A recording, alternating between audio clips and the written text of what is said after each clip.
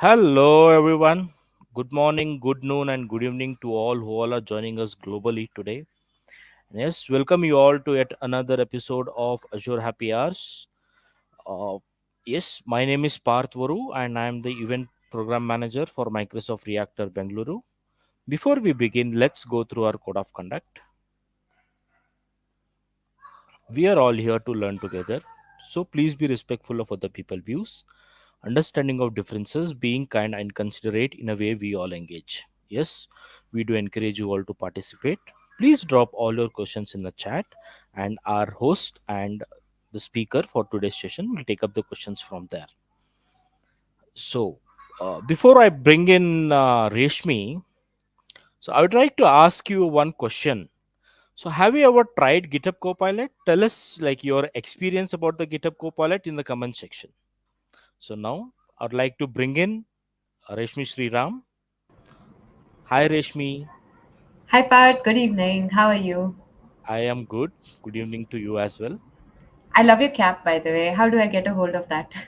I got this. Tulika got this from US for me. She Oh recently had been no, for a build event. Tulika, Yep, Tulika has betrayed me. Let her come to the show. I'll make sure I'll take a couple of seconds for that also. sure. But yeah, thank you so much once again for hosting us, and to everyone in the call, good morning, good evening, good afternoon, whatever time zone you are. Thank you for joining us. Today we are really excited to bring up the topic of how do we play around with GitHub Copilot and integrate it well with the whole Azure App Service ecosystem. I am Reshmi. I am the host for Azure Happy Hours, as you might have seen me here and there, and I am also the PM for Azure Native ISV Services. Previously, I was a PM for Static Web Apps, so if you have questions for Static Web Apps, I'm still available. And now I would love to invite our speaker for the day, who did not get me a cap. Let's welcome Tulika Chaudhary. Hi, Hi, Rashmi. Tulika. It's How's it been going? How what, are two you? minutes? I met Rashmi just a couple of days ago. Yeah, It's but going I did good. not get any cap. I just got a piece of chocolate. This is not done. You did not put the request in the queue at the right time.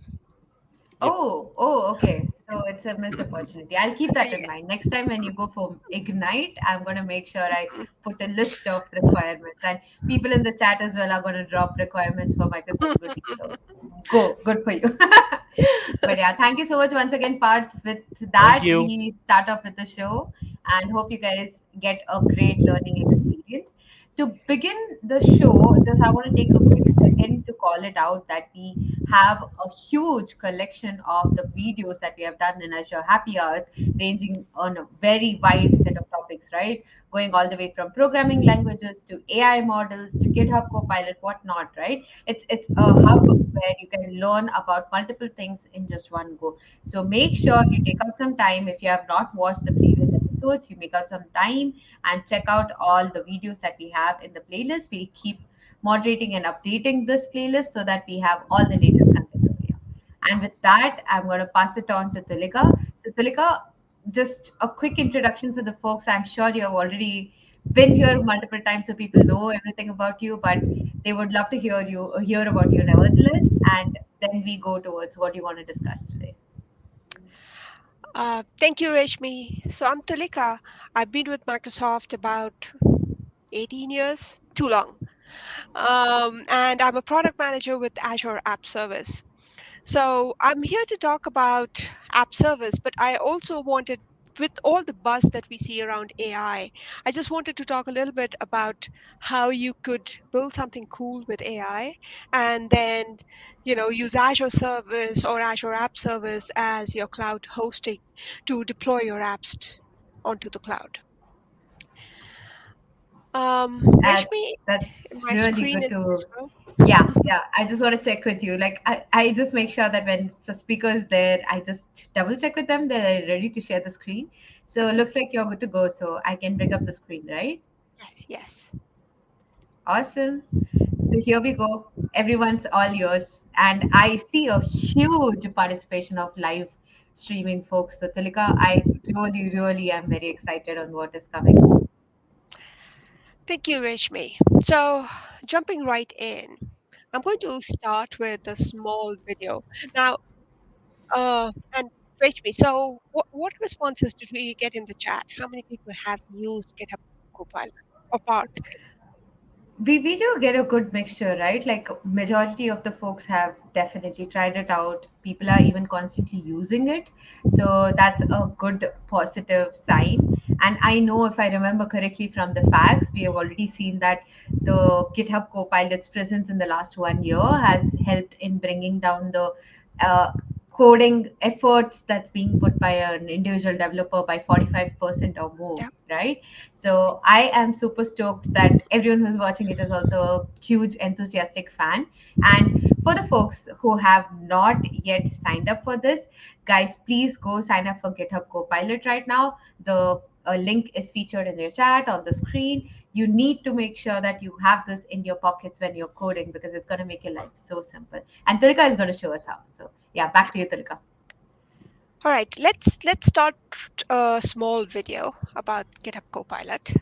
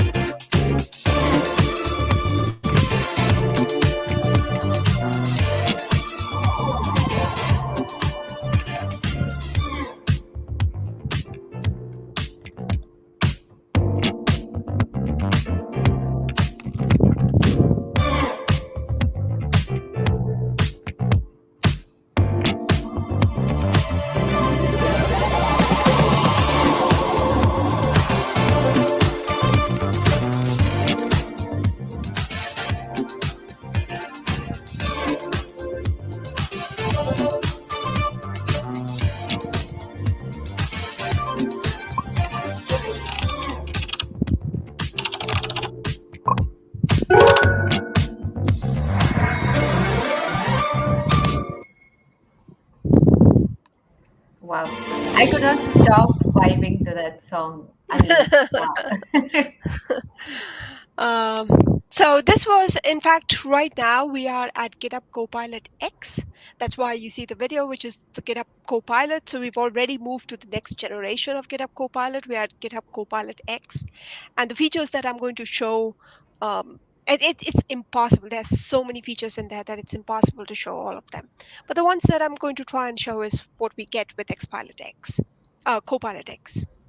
Yep. So firstly, for people who've used GitHub Copilot already know it. It gives you a huge advantage while you're doing development. It increases productivity. In fact, GitHub did a survey of about 2,000 people who had been using Copilot for the last few months, and some of them reported an increase in productivity by about 84%. Which it basically, and people have this concern that just because we have a co-pilot or we have something which writes code, that's going to make my job redundant. But that's not the case. What it really does is it tries to code the more mundane task and allows you to concentrate on things you're interested in things which is actually going to change the world. It does accelerate innovation. It bridges some skill gaps. So, for example, if you want to learn a new language, you are already a C Sharp developer, you want to learn Python, even then, GitHub Copilot is the way to go. So, before we delve into it, I just wanted to go over some of the terms. And I'm sure you've heard some of the terms earlier. Some of you may have, some of you may not. Just wanted to, put it up on the screen. The the first term is the large language models or LLMs. Now, the entire innovation that we are seeing with AI right now are all powered by LLMs. LLMs are nothing but advanced AI systems which can process human language. So, and it's trained on a vast amount of text data, and it uses things like transformer neural networks to generate responses. The power of LLM is that you could give it a question, you could give it a task, and it can respond in a unique way to every single user, depending on the context, depending on the user who's asking the question. Um, we used to have large language models earlier. Also, it's not like it's just now. However, the amount of power and the processing that we have currently available makes LLM the new thing. Another thing that I mentioned over here is transformer neural network. This was introduced in a paper called Attention is All You Need. And the basic concept is, and I'm not an AI person, so which means that I'll not go into too deep of it. But basically, a transformer neural network is that it has two parts to it. There is an encoder and a decoder. The encoder is responsible for reading the text that you send, and it understands the relationships between the words. So, for example, if you type in a sentence like, I like French, your encoder is supposed to go ahead and find the words, or what we call tokens, in the sentence that you typed. It tries to find out what are the relationships in it, and based on the relationship, it tries to do a predictive analysis on what would be the next word. So that predictive analysis is done by the decoder, which understands what the encoder has given it and uses it to generate the new text. The transformer is really good at understanding language because it has captured long range connections and dependencies between words. So if you think about it, uh, when you break it down into, so let's take that same example. I like French. That's what you've typed in. Once you've typed in, now there are three words in it. The three words are broken up into tokens. The tokens could be one word each, or it could be just, a token is about 4 characters, I believe, and it changes depending on context. So it takes 4 characters at a time, and it tries to find out what is the relationship between these, and it comes up with some kind of predictions. So it comes up with, okay, I like French, and it can come up with fries and movies and let's say them and all and are and five words. After it has come up with these predictions, there are weights and biases that is applied to each of the predictions it has come up with. And then your decoder is supposed to take uh, the the parameter which has the best predictive ranking on it and show it as the text to the user. So in this case, I like French fries is probably has a higher weight or bias, and that's what the decoder will show you.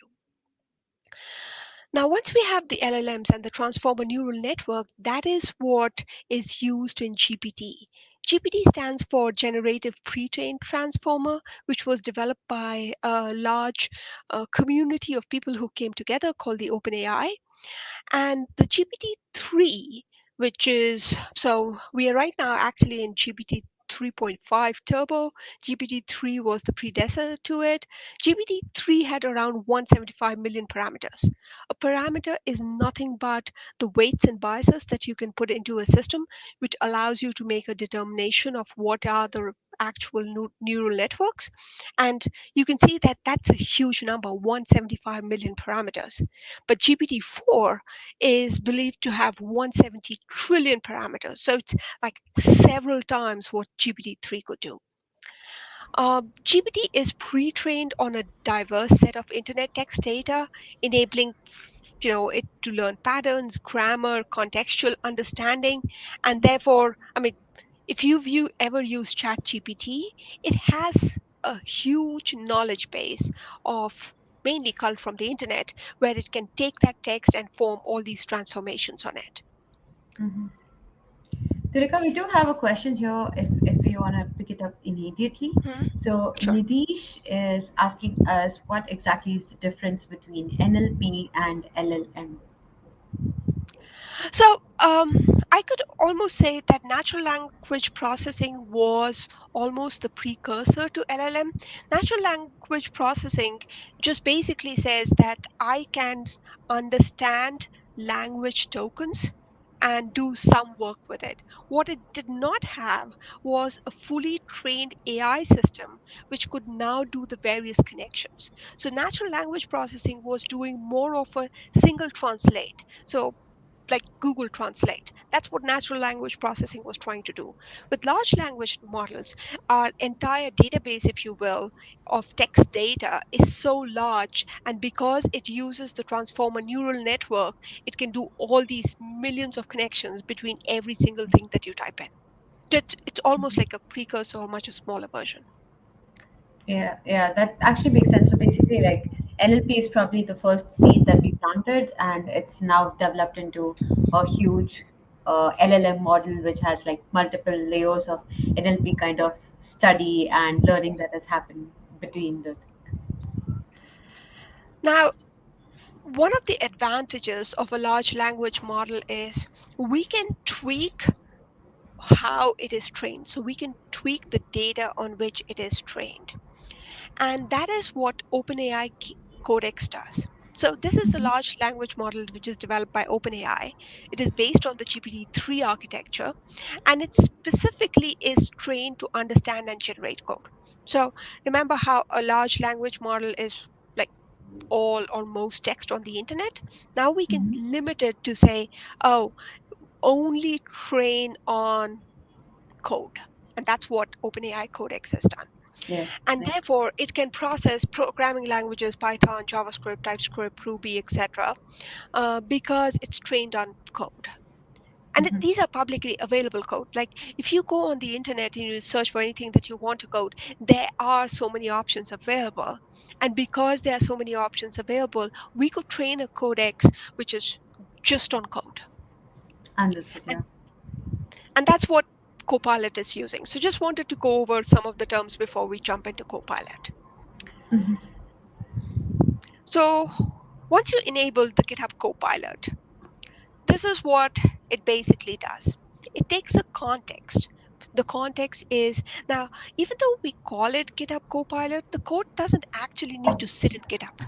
The code is basically what you have open in the editor right now. That's the code. So that's your context it takes. And it uses the OpenAI Codex to now generate some kind of suggestions for you. So that's the power of GitHub Copilot. And again, like I just want to mention, you could run it on GitHub, by the way. You don't need to use any of the editors to run it, but Mhm. you can use it's enabled for Visual Studio, VS Code, NeoVim, JetBrains. So you can use any of these IDEs and enable GitHub Copilot, and it can take your current context of the code, which might be just sitting locally on your box, and based on that, it can generate some suggestions for you. Yep. Yep. So these are certain things which GitHub Copilot does. It converts comments to code, and we'll see an example of that. It can do an autofill for repetitive code. I mean, one of the things that a programmer often has to do is write a lot of repetitive code, generate Like model unit and generate testing, class. right? Unit testing is a big example. I God. hate writing tests. Tell me about it. But you can't skip it either, right? It's just a Yeah. necessity. You have to get it through. And it also gives you alternative. There's so many ways to write code. It will even go and take the code that you have and optimize the code to be more performant, to be more refactored.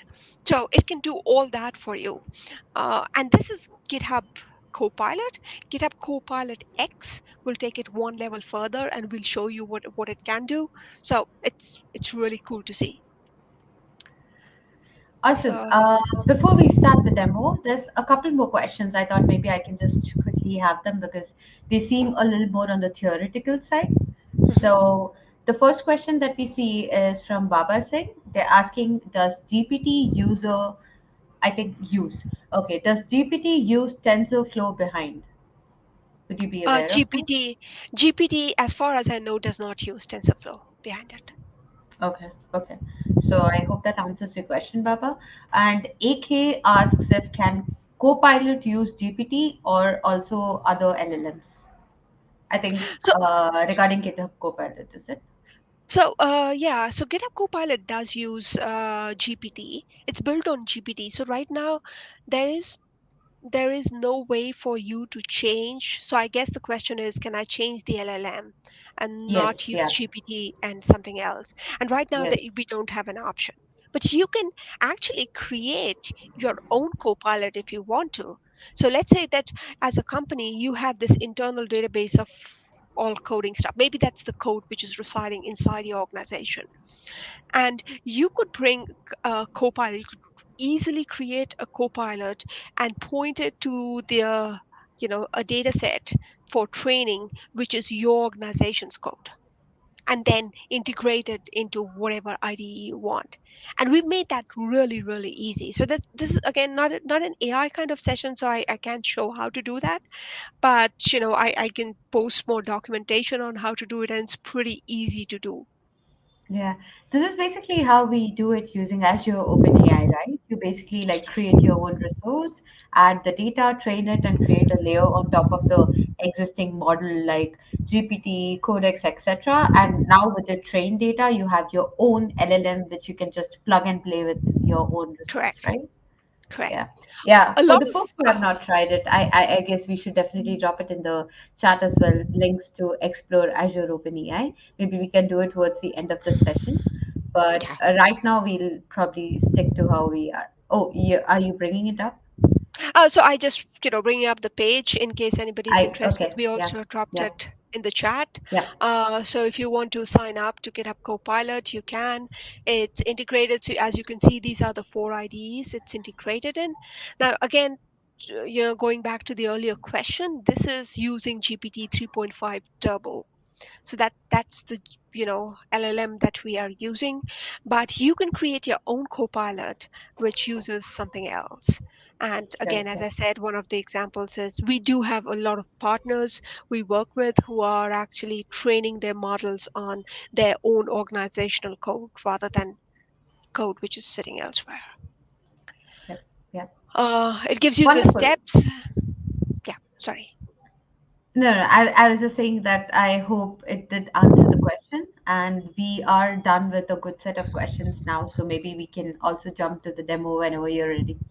Yeah. So let's bring up now. You could, as I mentioned, that you could actually do it directly in GitHub if you wanted to, but it's fun to do it in an IDE. So I'm just going to go Mhm. to an IDE, and I'm going to use Visual Studio Code. But as you can see from here, we could have used Visual Studio or JetBrains or anything else that we wanted to. Mhm. So the first thing is I brought up Visual Studio IDE. Now, one of the things to enable Copilot is you have to install a couple of extensions. So one extension that you would have to install is your GitHub Copilot. So you can see that this is the extension that you have to install. This you would have to do. I mean, there are separate extensions for each of the IDEs. So you'll have to, if you're using VS Code, this is the extension. Visual Studio has a different one, and so on. Mhm. Before you install this extension, what this will try to do is authenticate your GitHub account. And Mhm. so Copilot needs to be enabled for your GitHub account before you can do an integration. Mhm. And I think, Reshmi, you've already dropped the link for enabling Yep. or Yep. signing up for Yep. GitHub It was, Copilot. yes, it was aired in the screen as well. We can bring it up again, but yes. Okay. So you have to install this. It'll ask you for the authentication. Once you're signed in, you are all ready to use. The second thing, you don't have to use it, but I like it, is basically GitHub Copilot Chat, which gives you the chat functionality of GitHub. And I do like the chat. I'll tell you why when we start coding on it. But this is the other extension that I use. The third extension is, and this is something which is we've recently released, is GitHub Copilot Labs. So in case you want to do a little more than just do some of the suggestions and autofills that we do, but actual entire projects, convert snippets, even write some kind of specs, that's what GitHub Copilot Labs lets you do. However, that's an experimental release, so in fact, for everything AI, I just want to say that we generate a lot of code, we give you the code, you can absolutely have a button over here and say ship it, but you probably shouldn't, and you should verify your code before you ship it. So that applies for everything. Mhm. As soon as you enable it, you'll see this icon at the bottom which says that you now have your Copilot buddy as you start your programming. So this was enabling the extension. I'll stop this. So I've actually set up, so I'm going to now, see how we can generate some of the code. So I've got, like a project set up over here. This is a Mm-hmm. Django project. There's no code in it. This is just a Django project setup. And I'm Mm-hmm. not going to go into like you have to install Python. And I'm doing Python. You could do it Node.js, JavaScript, anything that you want. I'm just doing Python just for the sake of it. So I'm going to do it over here. And what I'm going to, as soon as you enable your extension, you'll see this icon over here which says chat. And this is, Mm-hmm. remember, I did the GitHub Copilot chat. That's what this has enabled for me. So as soon as you start this tells you that I'm the GitHub Copilot chat. Let me know what you want me to do. If you again notice that I'm powered by AI, so there are mistakes and surprises. So please always verify the code that has been generated. Now I'm just going to go ahead and say, I'm just creating a new file. Mm-hmm. And let's call it something. So one of the things when I start coding, one of the things I hate doing is creating models because it's such repetitive code. Mm-hmm. So I'm going to try and see if I can use the GitHub Copilot to create a model for me. So I'm creating a Mm-hmm. models.py, and I can save it here. Okay, so we are now ready to start coding. Um, Now I could write the code first, create a boilerplate, and then ask GitHub for suggestions on it, but I don't want to write the code because I'm just lazy. So I can just say create a model for, and see, it started giving me some predictive tests. Prompts. So you Yeah. say, Yeah. like, I'm going to be a little more specific. I'm saying create a with name and let's say bio and LinkedIn URL maybe. Mm-hmm. This is just a comment. This is hash is Python's way of writing a comment, and I can say this. And see, as soon as you do this, it's giving you a suggestion. Okay, is that what you wanted to do? Create a class called speaker, and Mm-hmm. that is, as it happens, was exactly what I wanted it to do.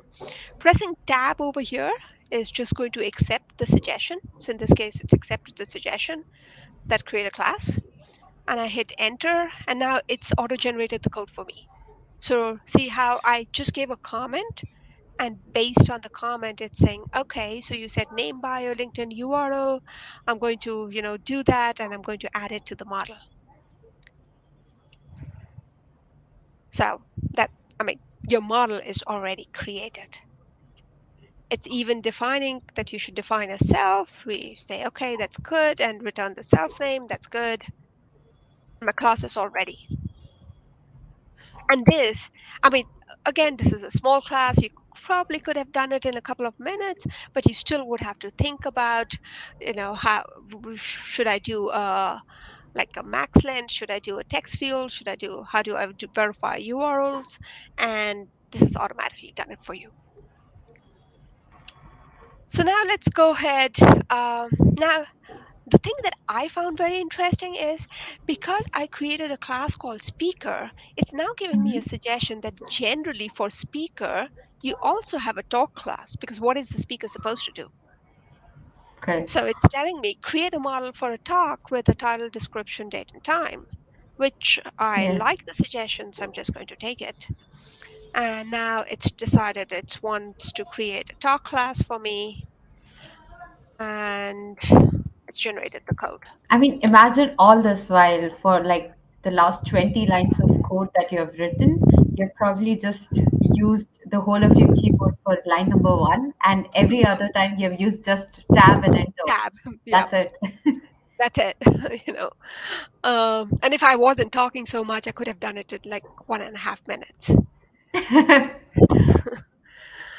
Um, so okay, so it's generated this. Now let's say that um, I the code looks fine for me. What I don't like over here, for example, is it allows me to delete a speaker, which I don't think a speaker should be deleted if they have talks associated with them.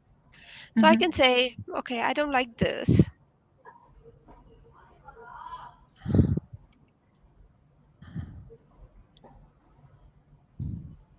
and I'm going to remove this, and I'll add another comment saying add speaker.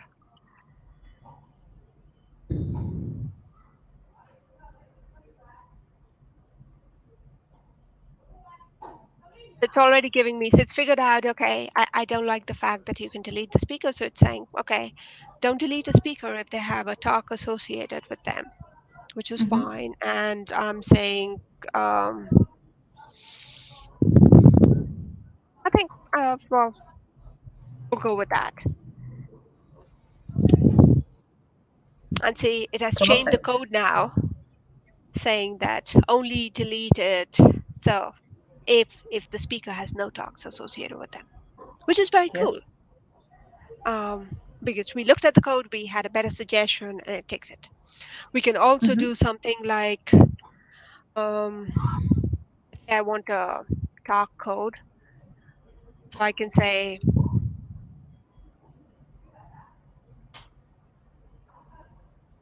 another thing which I hate doing is writing any kind of regex statements.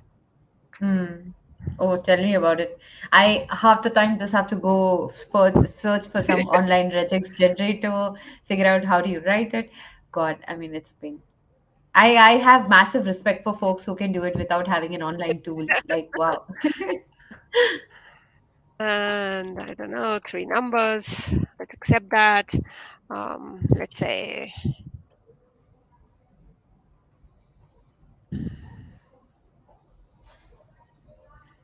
And the folks who are currently watching it, if you already have your GitHub enabled, I think this is the cue for you to kind of do it as a hands on as well, because we are pretty much going line by line on how to do and what to do. So if you have it with you, well and good. If you don't have it, please do sign up for it ASAP. Explore this once this video is done, because you're going to be able to watch this on demand. So happy coding to everyone. so see, I added a comment basically saying just generate a code for me, three letters and a dash and three numbers. It's automatically added the regex for me. It's even got an error message in case I don't have this. It says unique is equal to true. Now, just to figure out this regex validator, I would have actually had to go to Stack Overflow. Yeah, I know. Um, okay, so this is cool. Now notice certain things, certain other things that we can do with this. Mhm. One thing is, uh, look how models is underlined, which means it doesn't like it. And I do have a Python, by the way, I missed saying that. You can see from the bottom that I'm already in a Python virtual environment over here. So I have Python in as an interpreter for my Visual Studio Code. There is a extension for it that you can also enable, and then it'll give you Mhm. helpful um, tips over here. So right now it Mhm. doesn't like model. So I can click on model. I haven't clicked on it. I'm just hovering on it, and it says quick fix. And if I go to quick Mm. fix, now it says, okay, it gives me other things which VS Code already used to give. But now see, there are two other options. You can fix using Yeah. Copilot, or you can explain using Copilot. Now sometimes I don't always want the fix. I want to know what you think is the fix, because then I can Mm. determine if that's the right fix. Correct. So I can do something like explain,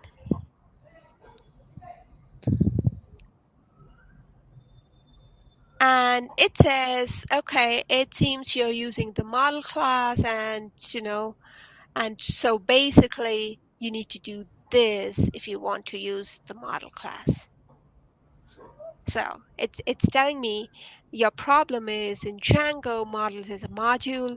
You need to define the Mhm. structure of your database tables and etc. etc. And that's how can you do it. And now it also gives you a suggestion. Do you want to learn how to create models Correct. Yeah. for database Yeah. tables in Django. So this is also a good tool if you just want to learn. Let's say that you didn't actually want to fix this code or deploy this code or anything. You just want to learn Python, and Yeah. that this is a good mechanism too. So I can just take this and say, okay, if I put this, are you going to fix my things for me? And say, oh, it's fixed that. And it's also saying, oh, I found that there is a regex validator which has the Hmm. same problem. So do you want to fix that too? And I'd say tab and say, enter. yeah. So, I mean, I like again a class which is a working class with a model with two classes in it with some validations. You can do it in a couple of minutes. And I'm not saying you should always use it, but just imagine the increase in productivity because now you don't have to worry about things like this and you can actually work on the logic of your application. That's correct. Yeah. Um, Now, you see over here that we had the, this our helpful chat assistant where you can ask Mm-hmm. it any questions, you could ask it to explain things. But with GitHub Copilot X, we've also added things like, let's do this over here. So I can do the inline chat. So I don't Oh, even have to what was the change my shortcut for pane. that? So it is Control K and I. On That's some amazing. keyboards, it's actually Alt and I, AI, Mm-hmm. Alt I. Mm-hmm. Oh, wow. Nice. That was a good one. So it gets your chat over here, and the other thing that I like over here is you can do slash, and Mm-hmm. it gives you all these options. So I could generate documentation because, I mean, come on, who likes writing documentation? I could explain a piece, I could select a piece of code and say explain, or what you were talking about is generating test cases. So I could Mm-hmm. say, go ahead and generate tests.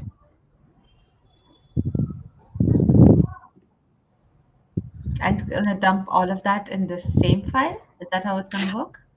So in this case, it often takes it on the basis of context. So in this case, it's created a file called test.py.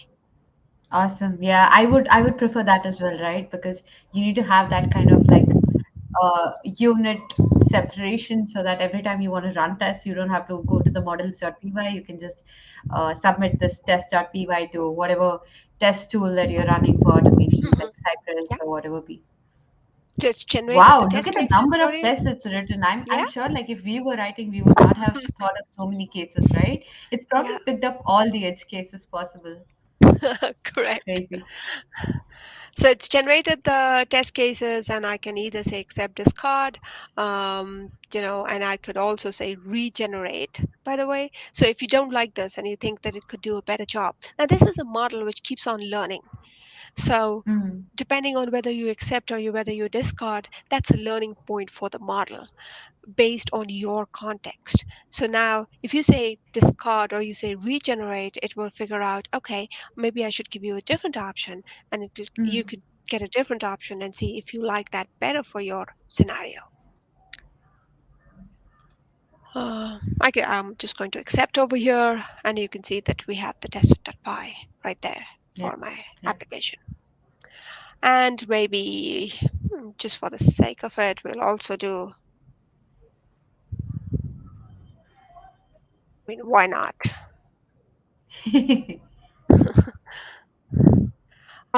Actually, I should have selected things, but anyways, let's see what it generates.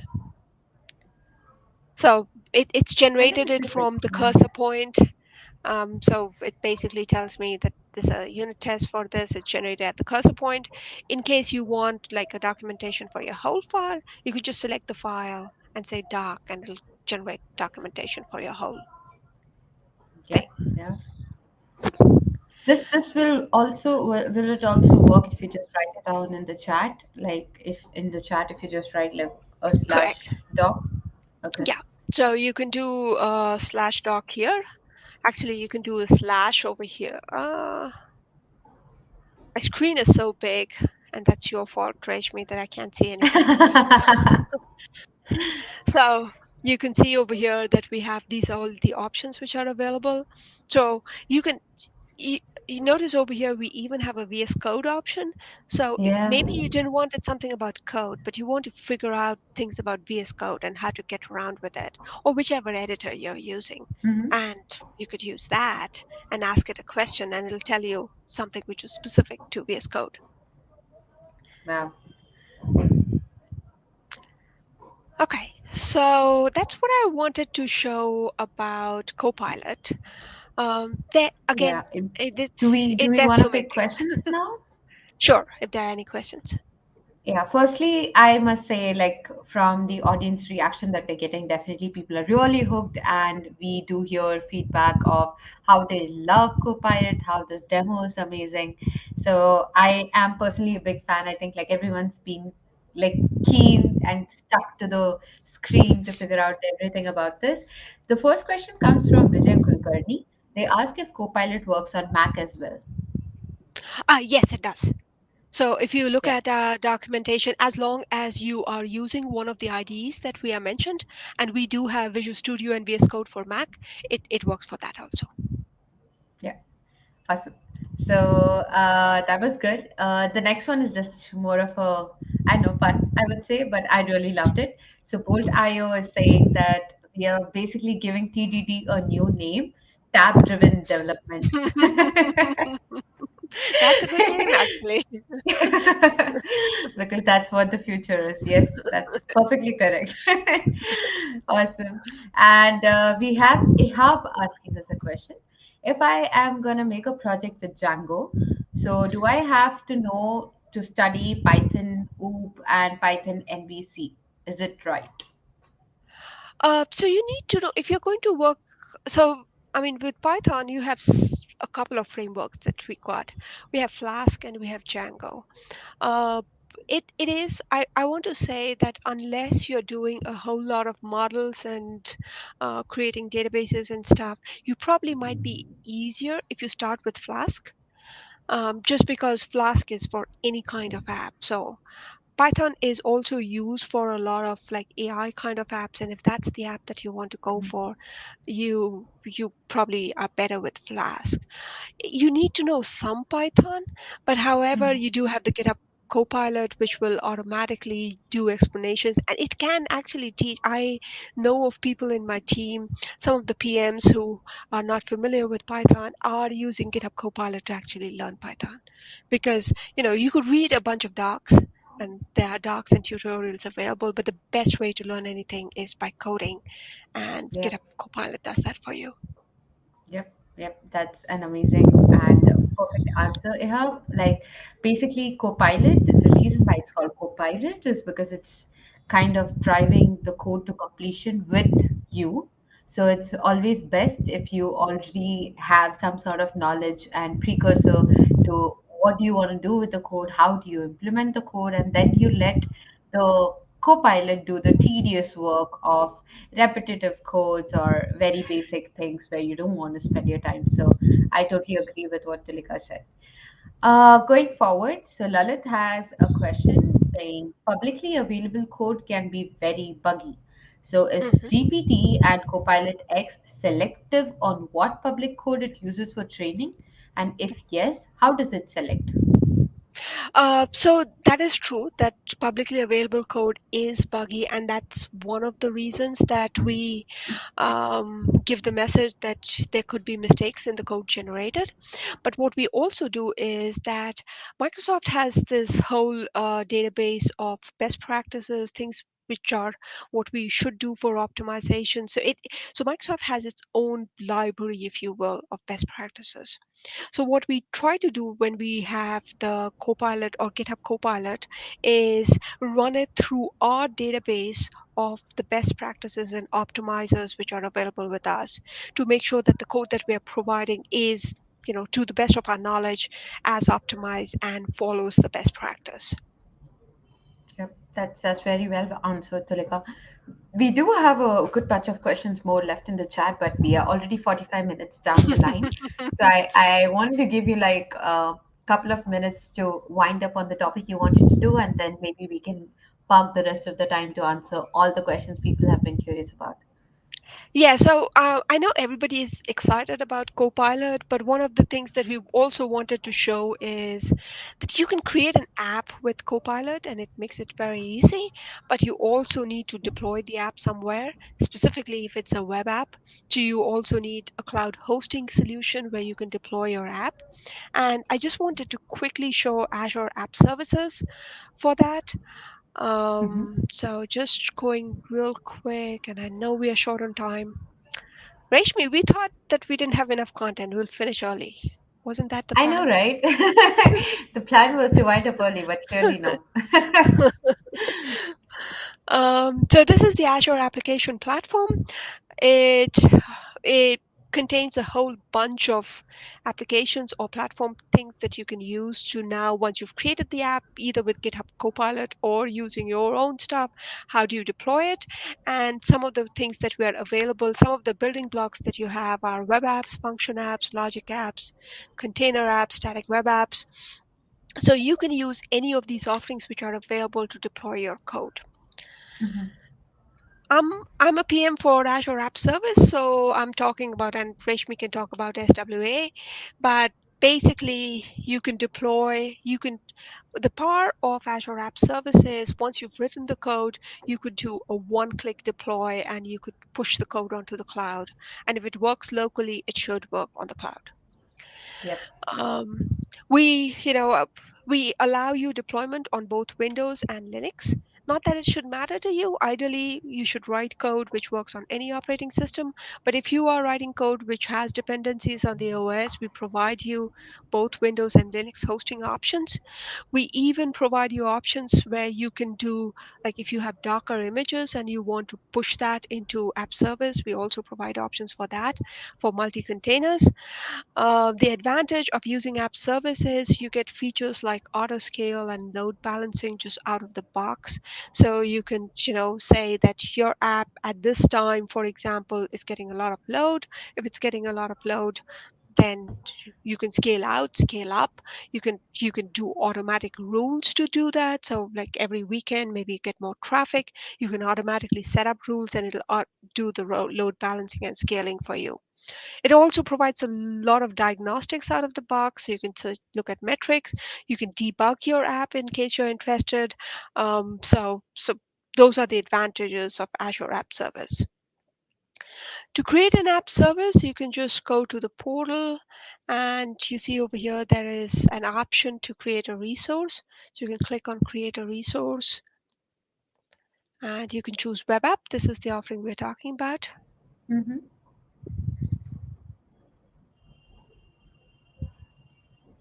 And this is like creating any other resource that you would want. So you provide a resource group, the name of the app. And the thing that I was talking about that you could have code. So you could tell us, oh, I just have code and just deploy the code and I don't care how it runs. Or you could say, I have a Docker container and will you deploy that for me?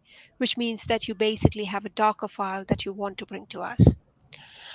Hmm. If you go to code, you can choose your runtime stack, and we have all the major stacks available.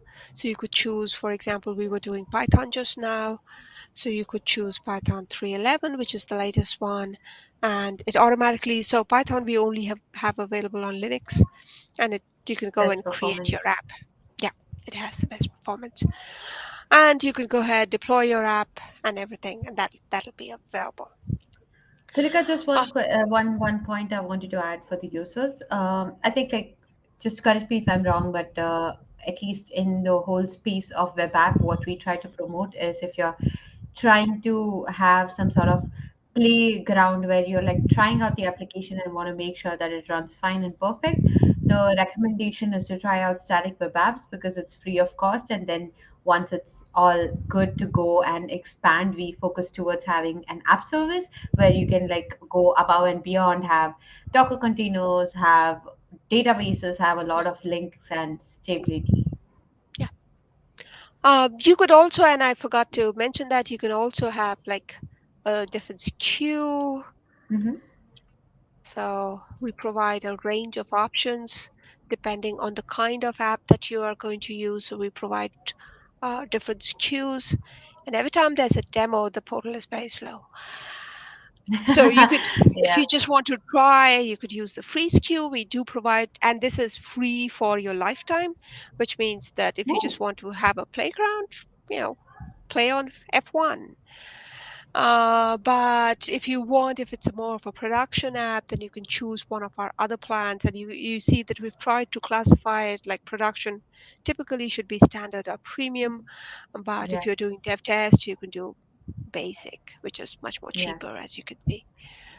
Yeah. I would say definitely like the pricing that we have right now for hosting the web services is definitely pretty cheap as compared to the competitors in the market. So Azure really wants to promote the whole developer network and make sure that people are as comfortable as it gets when it comes to hosting sites on clouds. So folks who are there, please, if you haven't tried out app service, static web apps, this is your cue. Go for it. Try out the demo that Tulika just showed and see if the deployment experience is what you expected it to be. Um, and I also want to mention that, instead of doing it on the portal, because a lot of people, developers specifically, they perhaps don't want to go to the portal. And you Yep. see that there is an Azure icon right there in VS Code and also in Visual Studio. And I've already signed up with my account, so it's showing, well, All the I have subscriptions you access. have access to. Yeah, Yeah. I have too many subscriptions I'm part of. But anyways, this is the one that I wanted to show. And you can see app services is right there, and you can choose which app you want to play around with. You could deploy to the app, so you don't even need to go to the portal. You can actually Correct. Yeah. go to app service over here, and you can create an app right from here, Yes. and don't worry about the portal, as long as you have an Azure subscription and you've logged in and you've done all the good stuff. Yeah. I personally prefer this way. I prefer like either doing it via VS Code or via CLI because you're doing the code and you're staying in the same page. Hmm. And while you're done with the code with that same platform, you just deploy it. And once you're done deploying, it also flashes the site URL Yeah, to the user, right? So basically, like you don't have to go through the create experience in any other page at all. You're like VS Code and then boom, directly to your correct, end page. Yeah. correct. So, I just for our demo, I created, so I'm not going to show the whole deployment because we're short on time. But I created this app just half an hour ago. I deployed some Python code on it. I can just open the app and show you.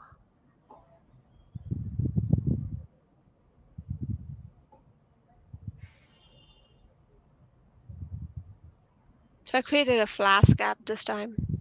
Mhm. This is a simple Flask app that I have. I could actually run it right here, and I could say,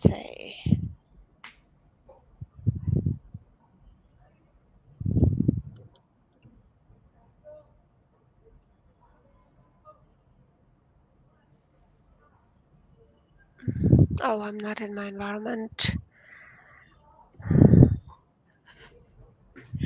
It's just demo things. Yeah. Let's see.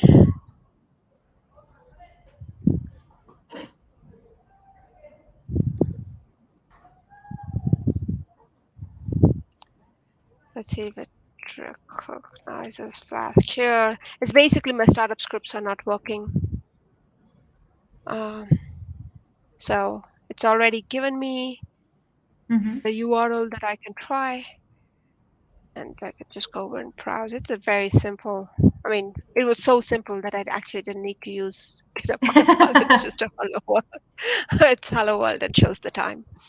Um, and what So if I've you done refresh it, it's is, gonna update the time. yeah. Yep. Awesome. So I've got this running local. I want to put it on app service. Hmm. And I've already done that because deployment takes a couple of minutes because it's going to Yeah. compile the code, push it on. So I've already done it to save time. And I'll show you what I did. So I pushed it to GitHub. So Hmm. On GitHub, this is my app, Mm-hmm. the same app, which is app.py and requirements.txt. And I can go over here and you can go to your deployment center.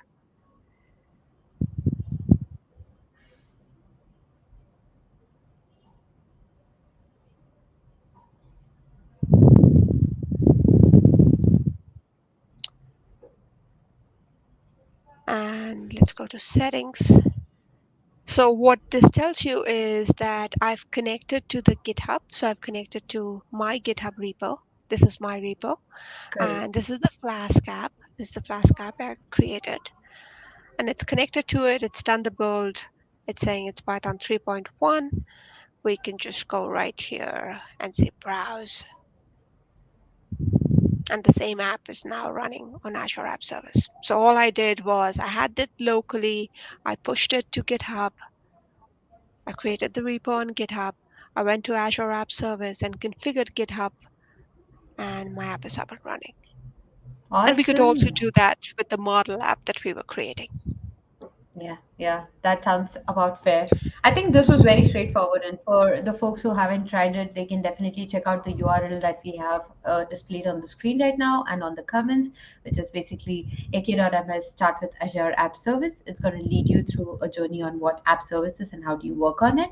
And for the folks who want to try out GitHub Copilot, we have already shared the link for that as well. Please check out AKMS Start with GitHub Copilot. This has a good instruction as to how you can play around with it, what do you do with it, and how can you optimize your coding practices, right? So now quickly jumping to the questions that we have. And Tulika, I'm sorry, but this is the reason why the questions are so packed is because people are so curious to know what is happening, right? So I'm taking it as a very positive sign. So Vijay Anand is asking us, is there any possibility to control the number of test cases it creates? Just wondering the effort to review all the cases and making it relevant. So this is regarding the test cases demo that we did. Yeah. So remember how I was showing that you could do a slash test? You could also put in some comments after the test. So you could say Mhm. that, create test cases only for something. Like maybe you've got in your model, you've got 10 elements and you don't want test cases for all 10. So you could say, limit the test cases only to these elements, limit it only to checking for uniqueness and nothing else. And so that is the way you can control how many test cases will get generated. Yep, that sounds right. Vijay, I hope that answered your question. Thanks, Tulika. The next question is from Ashish. And Tulika, by the way, I've brought down your screen, so you should be able to see the Oh, comments I on can the see the screen chat. as well. Nice. Yeah. Yeah. So Ashish is asking, do we have to buy subscription to use GitHub Copilot on VS Code, or is it for free? uh Now, Rashmi, do you know the answer to that question? I don't Yeah, know. I want to say it's free because at least for GitHub Copilot, I don't know about X, but GitHub Copilot should definitely be free. So the idea behind using it is it kind of has a limitation as to how much compute can you do. So there might be restrictions as to what all is possible when you try it out, but only when you go explore is when you realize, right? So I know for a fact that you can start off free, but for Copilot X, I am not very sure. No, so okay, so now I'm thinking back to it. So it is free, but what do you have to pay for it? We have a limit on how in the back end it uses Azure OpenAI, and Hmm. Azure OpenAI has a limit on how many tokens it can process in a day. So what you might run into is limitation of how much you can do with Copilot because you've run into limitations with OpenAI. Correct. Yeah. Yeah. That's the high possibility of what can happen. But Ashish, we definitely encourage you to check it out and let us know if this is something which intrigues you, which you can explore around, etc. Right? But thanks for that. Shailaja has mentioned that she really loves the presentation, but she joined a Thank bit you. late, so she is curious to know if Copilot also allows an avatar or an avatar API to hook up to the chat. Oh, that's an interesting idea. I mean, as far as I know, it doesn't, but that's an interesting idea, and we can put that as feedback. because Yeah, it would be nice to have an avatar. yeah, yeah. That sounds good. Thank you, Shailaja, for the inputs. Um, AK has asked another question. Can we add machine learning model code and add DevOps and MLOps extensions? So we do have actually and I can't remember the name right now, but we do have a DevOps Copilot. The Azure DevOps team is actively working to enable, because DevOps was another thing that is extremely, like, it's very, sequence oriented task, which is easy to automate. And therefore we in the coming weeks you should see a DevOps Copilot coming up, which is going to do something similar to what GitHub does. Yeah, there's a good bunch of Copilot which Microsoft has already announced across a lot of suites. So there's gonna be more Copilot up and coming as usual. Yeah. So stay tuned for that. But yeah, thanks for the answer. This one I think should be a no, but can we see what is the code? So, like, decompile the code, I think the question is that can we decompile the code? And till now, I haven't seen any ability to decompile Yeah. code. I I mean, think maybe obviously you you won't can be able to .NET. decompile, but you should, yeah, you should probably be able to like use Copilot to explain the kind of code which possibly Mm, could be going behind the scenes. But yeah, definitely it's not going to be an apple to apple match. It's probably going to be doing a guesswork that, hey, if this certain piece of code is being done in Python, then what could the code be? And it's like correct. my assumption Correct. is ABC. Yeah. Yeah. Awesome. And we do have a couple of thank yous, couple of hey, it's Thank great. you. Okay, one last call out, Gopal. Let us know. Thank you so much for this, Gopal.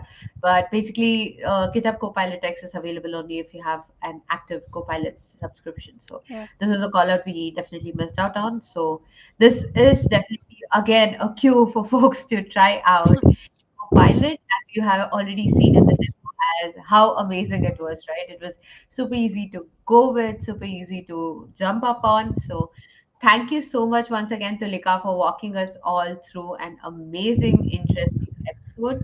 For the folks who want to watch more of the videos that we have done in the past, feel free to check out the playlist link. You should be seeing Tulika and me in multiple other episodes as well.